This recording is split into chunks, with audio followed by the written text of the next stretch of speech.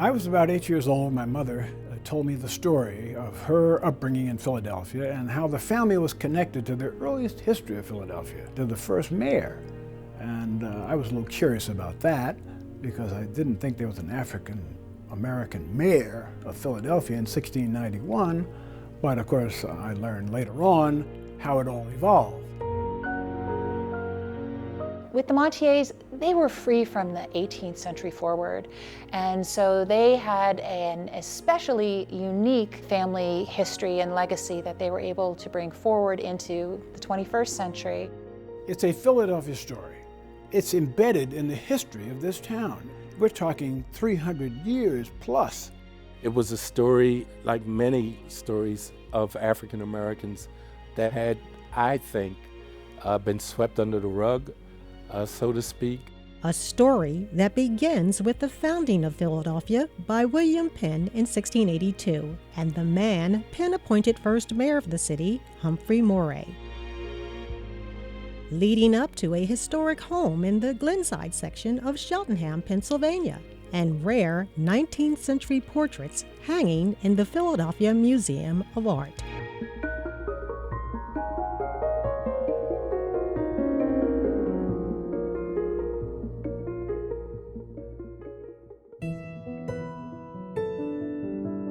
In 1681, King Charles II of England granted Penn a large area of land that included Pennsylvania to repay a debt owed Penn's father. William Penn was a Quaker, and most of his customers that bought properties were Quaker. They were escaping the religious persecution that was existing in England and the rest of Europe at the time. William Penn was a very smart marketer. Everybody wanted property down in the city, but he wanted to raise money as quickly as possible, so he came up with the idea of forcing people to buy property in the wilderness before they could buy property in the city. But another thing that he did was, if a group of people got together to buy property, he gave them the privilege of managing their plantation and naming it. This created Philadelphia's first suburb in 1682, when 15 fellow Englishmen purchased parcels of land from Penn and named the township in honor of their ancestral home in Cheltenham, England. One of the purchasers was Humphrey Morrey. Humphrey Morrey owned the westernmost 250 acres of Cheltenham Township, which is along what we would consider to be Limekiln Pike and Willow Grove Avenue today, from Church Road north. It also went south, but the Montier family eventually collects north of Church Road. And it would have been a farm, and he would have been with other Quaker farmers that were out practicing their faith freely and farming for a living.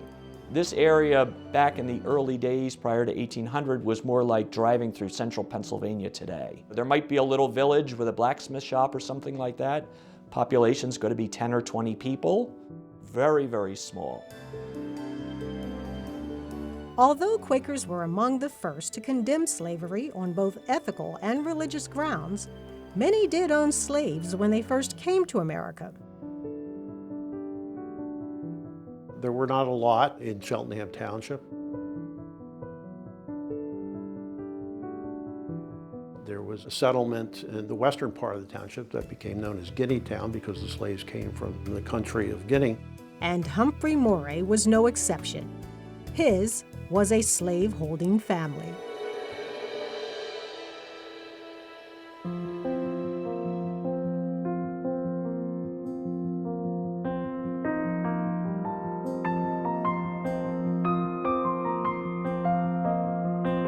He had a lot of money. I think he was the sixth wealthiest man in Pennsylvania at the time. He really wasn't into slavery per se, but it was free labor, and many Philadelphians had slaves. Cremona was also known as Mooney to the Moorey family. I don't know what the Mooney reference was, but that's what they called her. Her parents were obviously enslaved by the Moorey family. But when they were manumitted in 1715 in Humphrey Morrey's will, she became a house servant in her 20s and was nubile and lovely and charming. But Richard Morrey, the younger son of Humphrey Morrey, fell in love with his house servant. He wooed and pursued her, and together they made 5 babies. beginning in 1735. They had 2 sons, Robert and Caesar, and 3 daughters, Elizabeth, Rachel, and Cremona, who became known as Cremona Jr. No official marriage certificate exists deeming them husband and wife, but Cremona did adopt the Moorey surname, and the union was known and accepted throughout the community. At one point, Richard does have a wife. Some documents indicate from that relationship there was a child. One story is that the wife became so upset that she moved back to England with the child. The timing of this is a little fuzzy. The question is, obviously, did this happen while he had the relationship with Cremona? Very little is known about Richard's wife, Anne, or the role she may have played in his relationship with Cremona. He died in 1753, but in 1745 he made provision to leave Cremona 198 acres of land. We're on 1 acre of it right now, which made her probably the wealthiest African-American woman in Philadelphia at the time.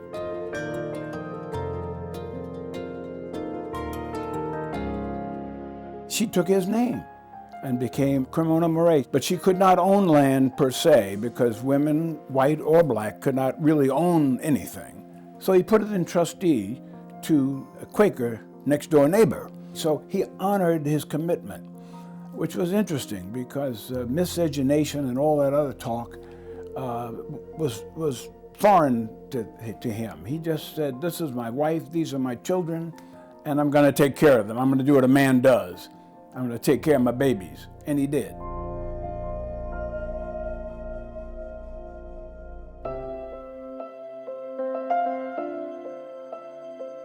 After Richard's death, Cremona married a former slave named John Fry, and they had 1 son, Joseph. Cremona passed away in 1770, leaving Joseph and her 5 children from Richard Moorey: Robert, Caesar, Elizabeth, Rachel, and Cremona Jr. Cremona, the last child, became my great-great-great-grandmother. She met a guy named John Montier who had a little wagon route in this area. We're not sure about his origins, whether it was Martinique or Haiti, but it was a French name, Jean Montier. They fell in love and got married in 1766. Cremona Jr. and John Montier started their family. They had 4 sons: Joseph, Solomon, Robert, and Hiram. My family comes from the second son. Solomon Montier, boot and shoemaker. And he taught his sons how to make boots. Cremona Jr. and John Montier and their sons lived on Limekiln Pike in Glenside. This is the original Montier family barn. It was built in 1766 by John Montier. It is a wonderful facility. It is now a private home. It's been renovated. They lived there while their house was being built, which sits in front of it to this day.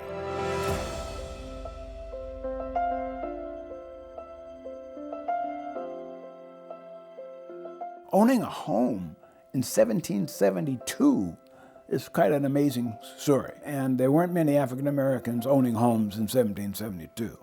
It has to be incredible to actually still be able to come stand here and look at this house. It really brings tears to my eyes. This is a place that speaks to me. When I walk in that front door, Grandpa Hiram says, "Hi kid, how you doing?" Throughout his life, Pickens had heard stories from his mother about a historic family home in Cheltenham. But it wasn't until 1990 that he got to see it with his own eyes.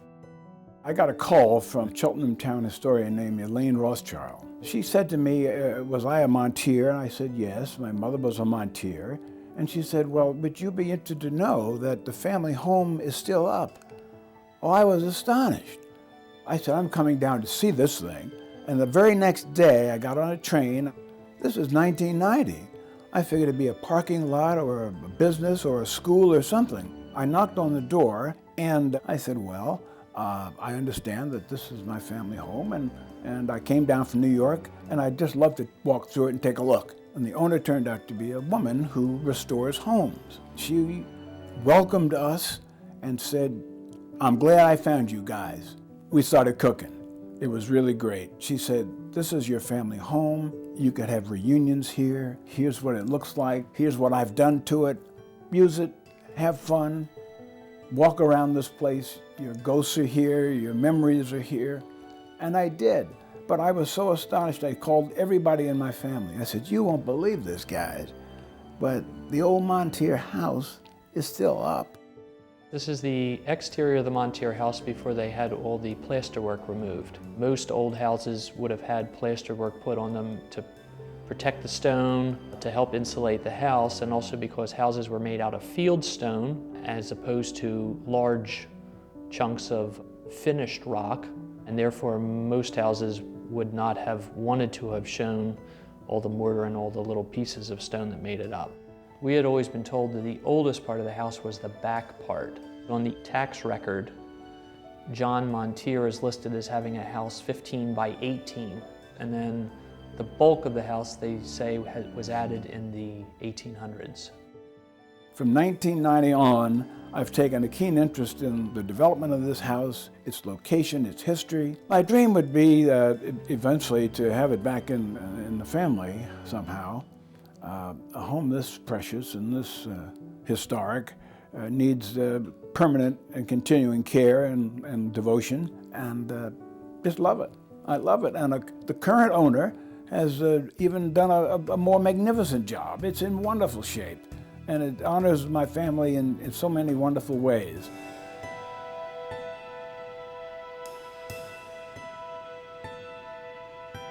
In November 1995, the Montiers gathered for a reunion, and their family history was formally recognized by the township. The many descendants of Cremona, Moorey were free African-American citizens who contributed greatly to the prosperity of this region, 12 of whom served in the Union Army during the Civil War. Street signs honoring the family's history can be seen throughout the township. I first met Mr. Pickens when I did some of the original articles for major publications concerning the Montier family. I decided that I would expand the story a bit. The home is very historic from the standpoint of view that it is a homestead of early African Americans during the colonial period. So that makes it very significant in the annals of American history.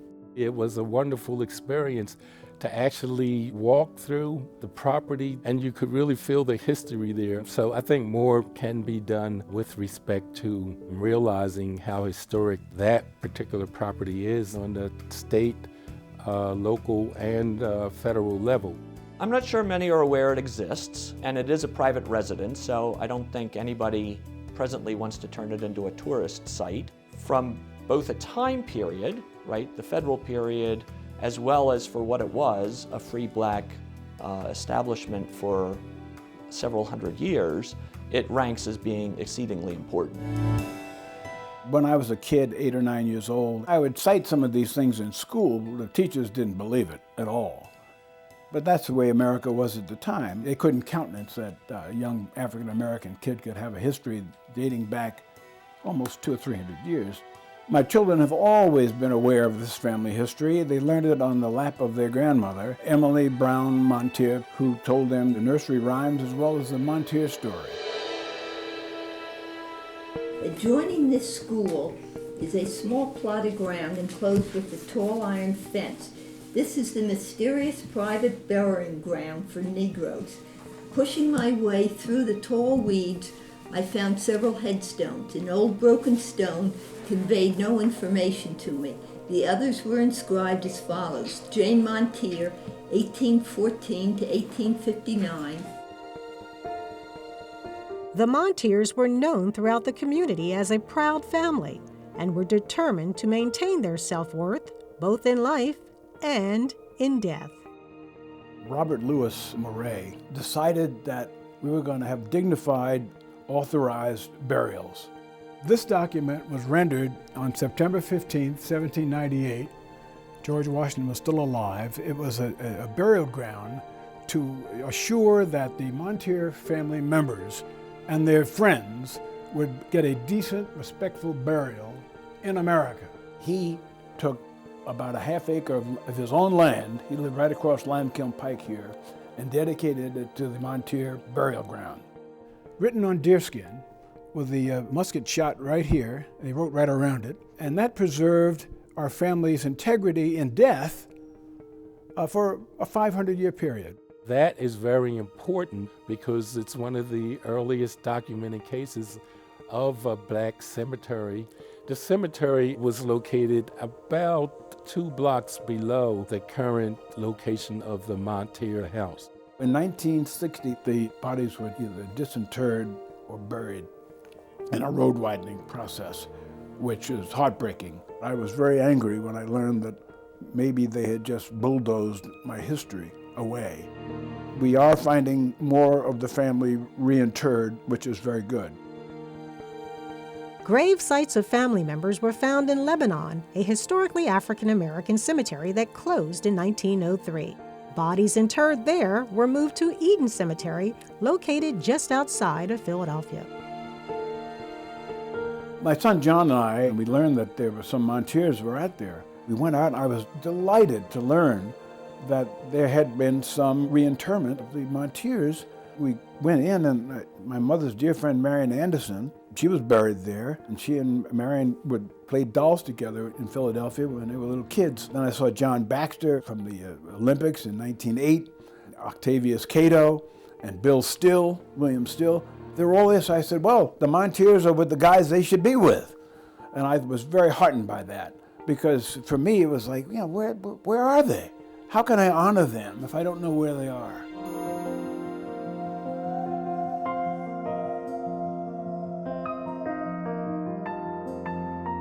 My mother was the family historian. She had maintained all of these records and photographs from way back. And she told me when I was a kid about these portraits, oil portraits that had been done in 1841 of her grandparents. I was astonished that in 1841, African Americans were having oil portraits done. These rattled around in our family for years, these Montier portraits, Hiram and Elizabeth Montier. They were found under the bed of my great uncle in Philadelphia, who was almost 90 years old at the time. When my wife and I took possession of these portraits, we decided that the world should see them. In 2009, another man with biracial roots became the first African-American president of the United States, Barack Obama. So help me God. Congratulations, Mr. President. All the best wishes. And Pickens and his wife, Patricia, realized the historical significance of the family portraits. I called the Philadelphia Museum. I said, we have these wonderful portraits, and because of the president's election, Barack and Michelle coming to the White House, we thought maybe America ought to see this part of the history. We drove down in a rainstorm, deposited them there. They were happy to get them, and they've been on display in the American wing ever since. These portraits are so unique. They really show us two individuals. They're not types like you might see in other kinds of images of black folks in the 19th century.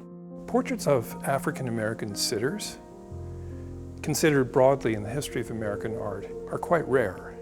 And that's certainly true of Philadelphia. To my knowledge, we did not have, before this point, any opportunity to show early portraits of African Americans from Philadelphia. So this was a rare and wonderful find, and very important for us to share with the public.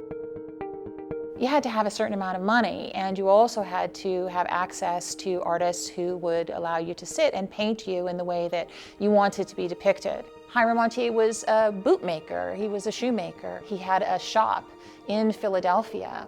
And in fine art, often when we look at paintings from the 18th century and the 19th century, when we do see African Americans present in those paintings, they're there as enslaved people, as servants. They're often at the margins and at the corners of the image. The Montiers were freeborn. As such, they descended out of a long line of interracial relationships. In their case, these relationships seem to have been consensual. This is very different than most African American interracial individuals in the 19th century. Hiram Montier, or Hiram Montier as he's often called, and his wife Elizabeth Brown. They were married very young. I think he was about 23 and she was 21. The paintings were done in 1841 by an artist that we don't know very much about. These were wedding portraits. They had just gotten married, and Hiram looked at his pretty wife and said, you know what, I think we ought to honor this wedding with some family portraits. These portraits are what we call a pendant pair, meaning that they go together. And when you look at them, you can really see how that happens. Behind each one of them is a visual device that indicates that they're in an interior scene, but also there's space behind them. There are columns that rise up to the right of Hiram and Elizabeth, as well as curtains which hang just behind them. These frame them, but in the background you can see a sunrise and a storm, one in either of the paintings. This might imply that as a couple they're fully committed to one another through thick and thin, through good weather and bad weather, through good times and difficult ones. And they both have books to show they were literate. This is a very important thing if we think about 19th century African American life. The genetic line is fantastic. My daughter looks exactly like Elizabeth. It's astonishing, and we saw that connection, and I did a picture of her, and I just cut it out and put her face on top of Elizabeth's. Looks like the same person.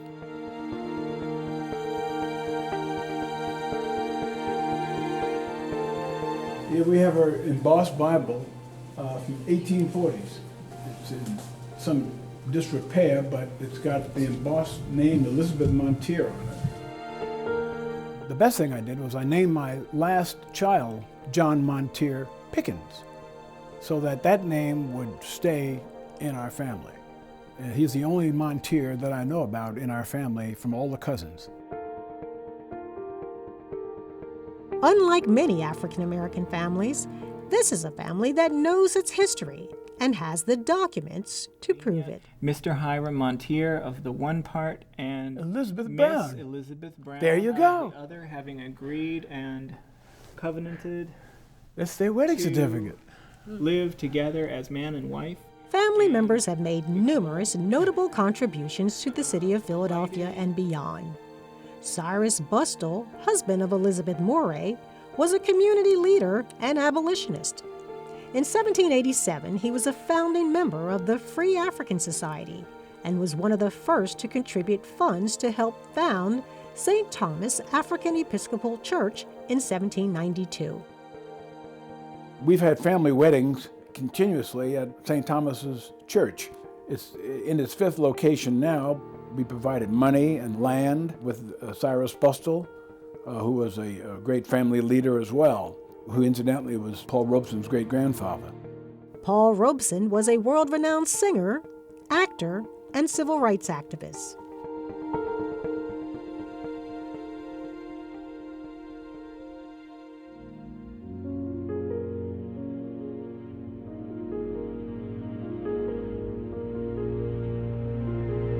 I'm proud that they're here at one of the leading museums in America. This is a Philadelphia story. It's a love story. As visitors come to the museum, we want to tell the story of Philadelphia in the context of American art, and we want to tell it as richly as possible. Now, these are very rare and very early portraits of African Americans here in Philadelphia. In showing them, we can enrich the story of Philadelphia art and talk about how the different people lived here at different times and what they did and what their role was in the formation of Philadelphia and its development as a city.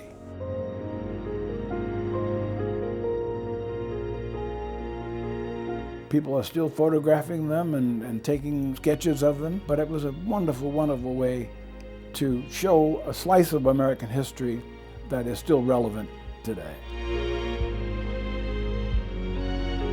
These portraits show a prosperous, young, in love, intact African-American family who said to the world, "Yeah, we're here, we're part of this thing, we're bad, here's what we look like."